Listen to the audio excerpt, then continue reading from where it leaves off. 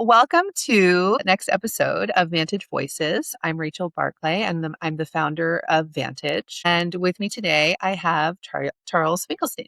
Welcome, Charles. Howdy, folks. You could Finkelstein, you could say Finkelstein. When I was growing up, it was Finkelstein. Then one day I'm in high school, and my father says, "No, it's Finkelstein." I'm like, "What?" I was saying Finkel.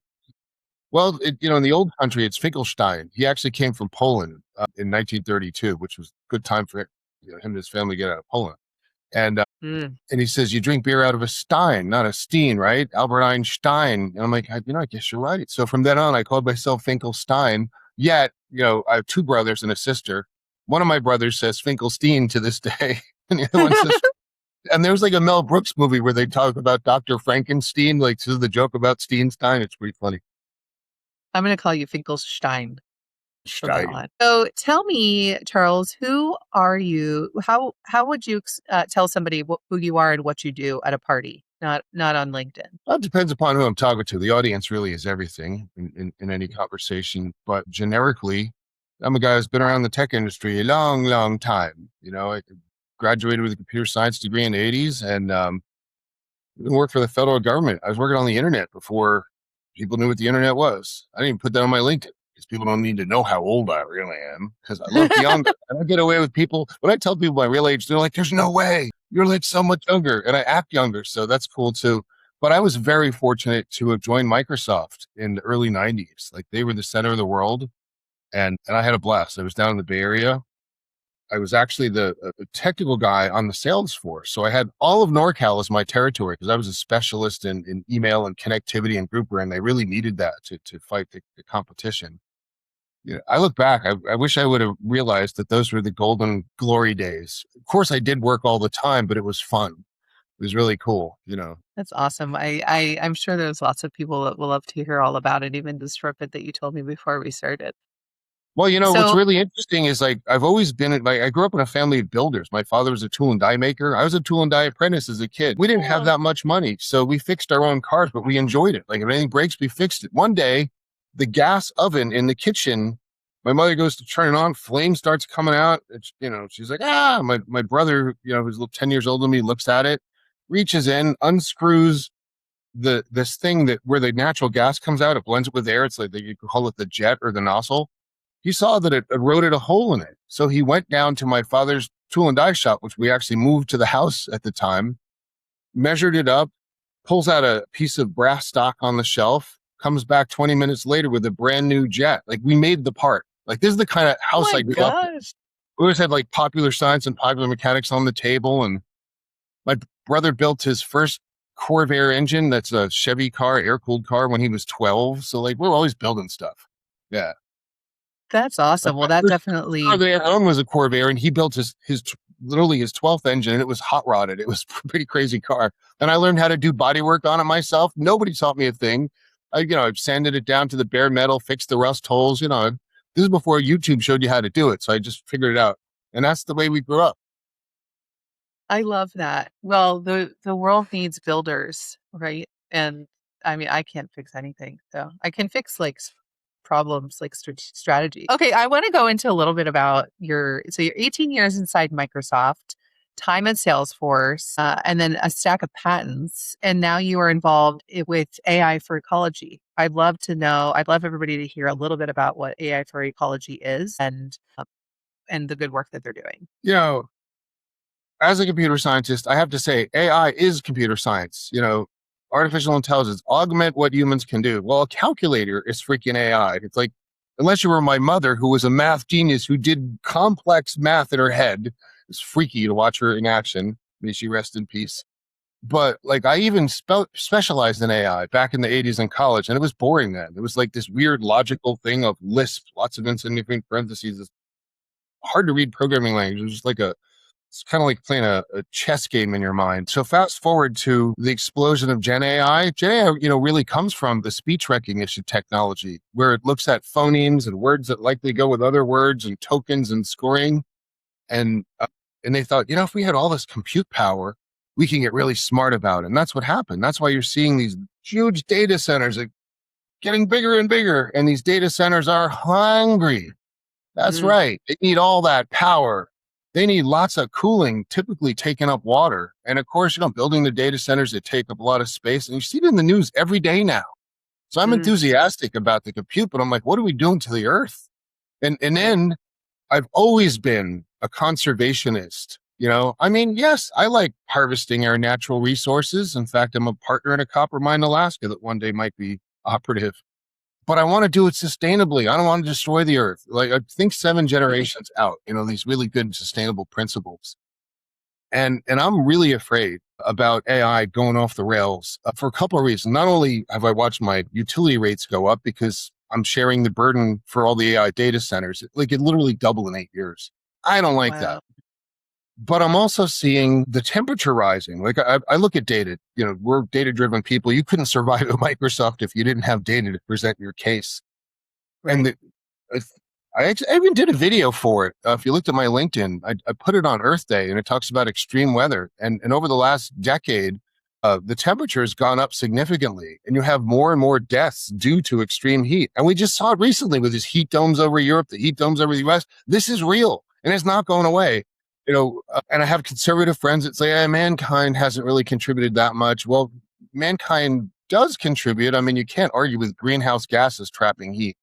But it doesn't matter who's contributing. We got to do something about it now, because not only will more people die, but it will cost businesses money. Businesses have to spend more money on air conditioning, supply chains get ruined, agriculture, the whole thing gets messed up if we don't try Hmm. to buffer some of that change. So the fact that data centers are coming online, and at least they're clean, relatively clean natural gas. It's not as full of particles, but it is still pumping more CO2 when we need to have less greenhouse gases. Mm, So that was one reason why I invested in a startup around here called ChatGPT. Their idea was simple. You run a chat app that they based upon the OpenAI stack, and for the price of a latte per month, you plant trees to offset your burning tokens. That was kind of a nice concept. So we're pivoting that company now to be even larger, where you can plant trees, plant kelp. We're going to connect all the tree planters, group buying power, because sometimes you have to have big lots and so on. But we're also going to enable it to connect to any application that wants to be sustainable, can plug into our ecosystem. Again, it's like a small price to pay, but some of that price might come back through offsets, through carbon credits, through renewable mm, energy credits. That's right. There's credits for renewable energy. There's credits for using remediated water. So we're working on that. And then I was thinking we really need a nonprofit side of this, to help AI go in the right direction. So on right. Earth Day 2022, I filed the paperwork for AI4ecology.org. Thank you very much. But it took a while, doing it on my own, with AI helping me, of course. It's a lot Mm, of paperwork, Washington State yeah. Secretary of State, IRS. Oh, we are a 501c3 right now. So if any of you viewers out there want to donate money to the cause, it's AI4ecology.org. Just click the donate button and you could take it as a tax write-off. But because we're building the team now. So me and the two co-founders, obviously I've been in the industry for like 40 years. I've invented products. I have patents on these inventions. I brought them to market through, from incubation to version 3. So I know what I'm doing. Mm, I've worked, built partner ecosystems from scratch. And that's what I want to do. Build partners that help the synergy to make AI more sustainable and more efficient. That's what we're doing. Imagine a world where people have goals. I need my AI to be efficient. So we'll have the benchmarks. We'll have in the computer world, you could do testing and you say, here's your efficiency level now. And here's suggestions of what you can do to be more efficient. In other words, use less power, less water to get the same output. And we'll have tools and big data stacks that they can use for it to make them head down that road. But we're also going to tell the stories. We're going to have big events where like-minded people get together, synergy is created. We're also going to have regional events. I used to manage the events at TechNet when we were worldwide. And people would come together to see, here's how to use Microsoft stuff to be successful in the enterprise. And we would tell stories about people that were successful, companies of their journey. You're like, wow, I had the same problems those guys had. Wow, I tried some. Hey, they're doing something really cool. I got to get me one of these, like Will mm. Smith in Independence Day. Remember that when he got to the alien? Get me one of these. That's what we're going to be doing. Yeah, every week now at this point. And I think that a lot of people are going to want to learn more about what it is that you're doing with AI for ecology. So we'll put that in the show notes of this as well. And I believe I understand that you have some candidates, but you're in the process of building your board. That's So right. If people were interested in getting involved in that or just learning more, what's the best way to contact you other than a Vantage event So or write this down, folks in the studio audience. My name is Charles. Normal spelling at ai4e.org. AIFORE.org. That's right. I use the short name for email because I don't have to type out ecology every time. I always like mistype anyway. So very smart? we are building the board now. We need help. There's a lot of good people out there. We have some candidates that frankly I met through the Columbia Tower Club. Some really good candidates.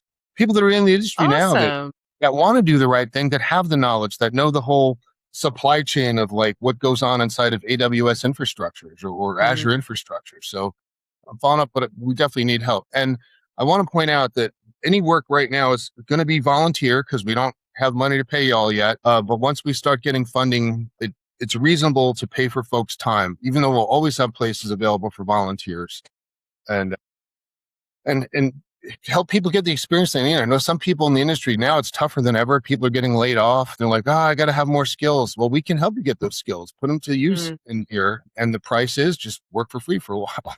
It's not like you have to go to school for it. No, that's right. That's right. And to learn from somebody like you with such a broad experience working for Microsoft and Salesforce and all of that, I mean, I think any time with you and anybody else that's involved would be super valuable. That's right. And I've done a lot of startups. I've put money into startups. I've worked on a lot of startups. I see what works. I see what doesn't work. I've never done a nonprofit, so I need help with people that know about nonprofit stuff too, and like grant writing. I haven't done that, so yeah, that's what we're doing. Well, I do grant writing actually, Charles, so we'll talk about that No later. way. Yeah, way. I do grant writing for my daughter's school, but and we'll chat about that. But see, it's the reason that we're doing Vantage Voices.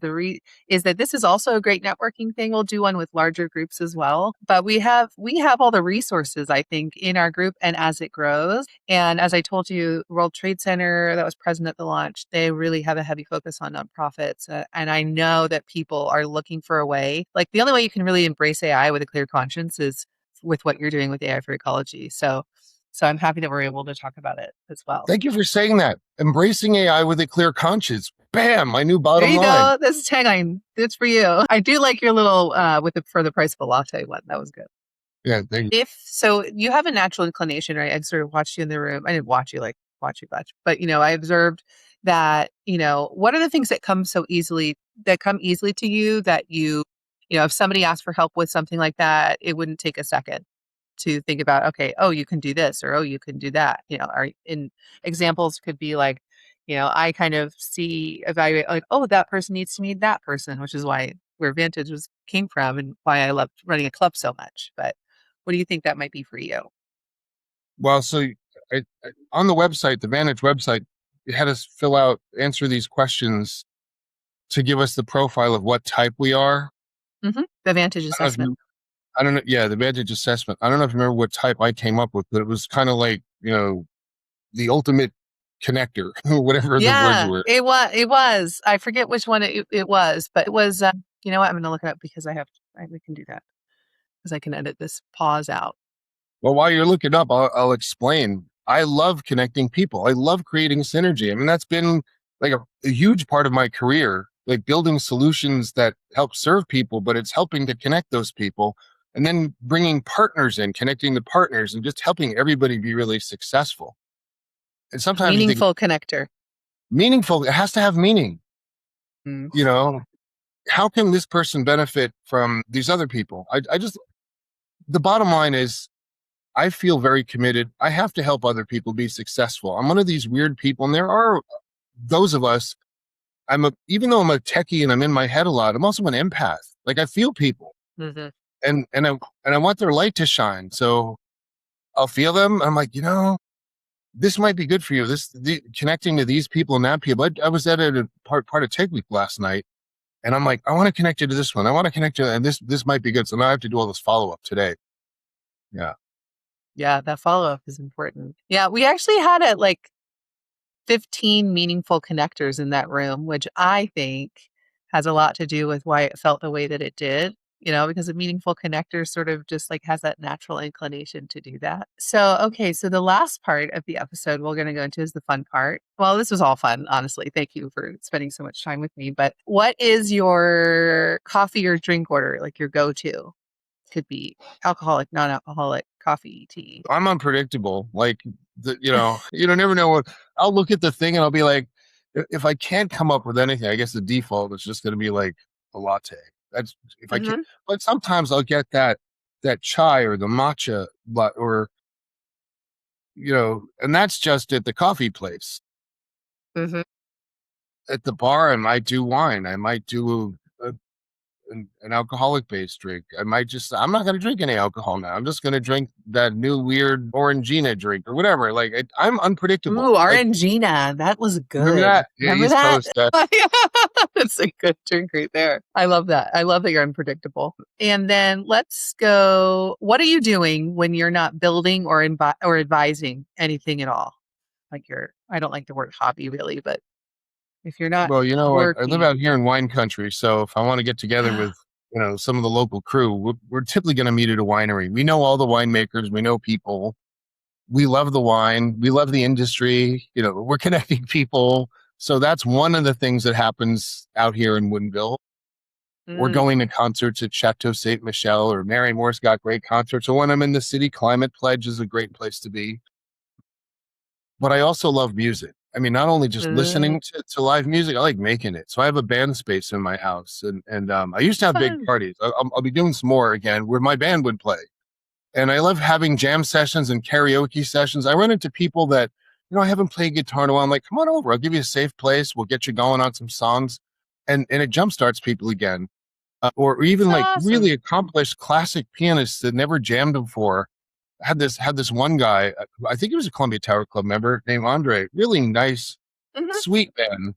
And he was a great piano player. And he was over where we had a combination jam session and karaoke. We let people sing, and if the band wouldn't play it, and he gets on the piano, and he was a little nervous at first about jamming, but I know that he's a gifted pianist. I'm like, so we're gonna do this in the key of A, and I did a little bit of coaching. Next, thing you know, he became the monster. He took over the jam session. He was that good. So, I love it. So party at your house, or you could tell us where to go. I've only been to Woodinville once since I've been a Seattleite, well, so you're I always need to welcome. make Now that you trip. have like a friend in Woodinville. Like you got home base I out here. do. Yeah, Anytime. that's And my two awesome. dogs are happy to see you. I have a border collie and a standard poodle. Oh my gosh. Oh my gosh. Yes, I love dogs, but we can't have them in the city. It would be unkind. Okay, well, Charles, that was fun. That brings us to the end of the episode. So this will go out on all streaming platforms if it's blessed by you. And this is a way that people can get to know you before they get to know you. And then our next event for Vantage is August 12th at the shop. So I hope to see you there. But if you're looking to get in contact with Charles, you'll see that in the show notes. And that will be the end of this episode of Vantage Voices. Thank you so much. Well, thank you so much. You're welcome.